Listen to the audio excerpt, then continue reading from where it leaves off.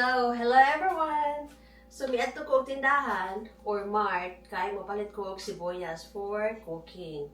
And then, ako rin nakita ni na sibuyas nga gisale. Actually, dito sa South Korea is medyo mahal yun ang sibuyas kaya nga no, dili pa siya take harvest. So, my vlog for today is let's make onion pickles. And palita lang sad ko og sauce. So, ato siyang panitan. And then, ato siyang slice mga kalalabs. So, instead na maghimo kog sauce, so napalitan lang sad ko kay nga ano, barato ka sad siya.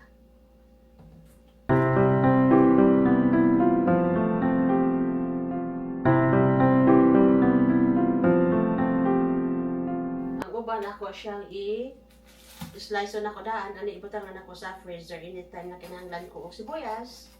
At least naana siya.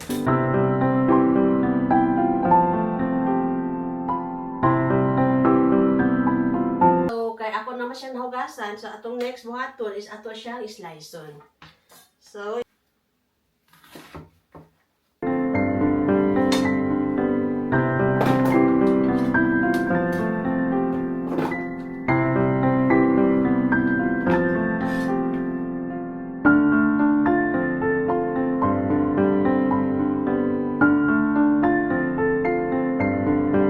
actually, pwede naman yung siya kanon gani.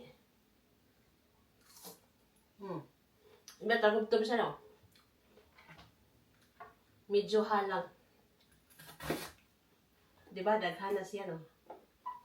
So, ato siya i-try sa ubukbo.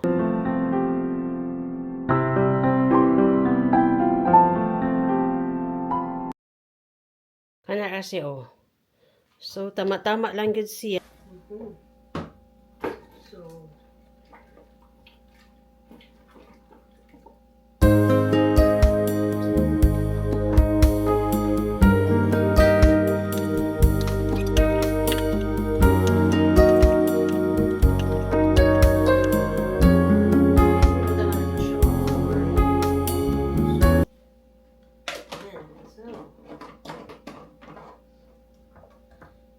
ang isa ko na pong gibalhin din eh. Ayan.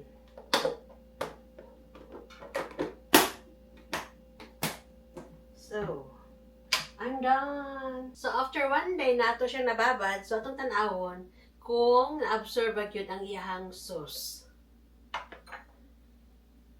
So, pasan nyo. Diba, nag-iba yung color? Ayan. Ayan, see. So, ito siyang tilawan. Doon niyo, di ba? Crunchy. So, at least, nakahimo na ko og onion pickles. So, mga kalalabs, for more videos, please don't forget to click the notification below, like, share, comment, and subscribe. Thank you for watching. I love you!